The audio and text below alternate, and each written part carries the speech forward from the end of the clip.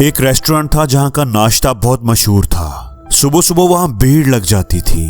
लोग दूर दूर से वहां का नाश्ता करने आते थे। उसी भीड़ में एक आदमी आता, खामोशी से नाश्ता करता और बगैर पैसे दिए निकल जाता। 3-4 दिनों से एक और आदमी ये सब होता देख रहा था। उससे रहा नहीं गया।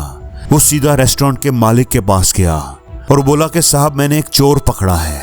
एक आदमी रोज आता है, मुफ्त में नाश्ता करता है और पैसे दिए बगैर चला जाता है। शायद ये बात आपके इल्म में नहीं है।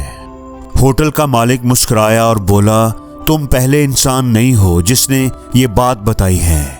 जब मुझे पहली बार इस आदमी के बारे में पता चला तो मैंने उसका पीछा किया। मैंने देखा कि वो करीब के सिग्नल पर भीख मांगता है। वो हाथ जोड़कर खुदा से दुआ मांग रहा था कि ऐ खुदा, आज इस रेस्टोरेंट में लोगों की भीड़ कर दे, रश बहुत ज्यादा हो जाए ताकि मैं चुपके से जाकर नाश्ता कर सकूं।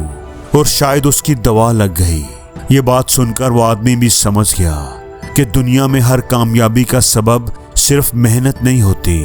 कई बार किसी की दुआ ही हमें वहां पहुंचा देती है जहां हम सोच भी नहीं सकते।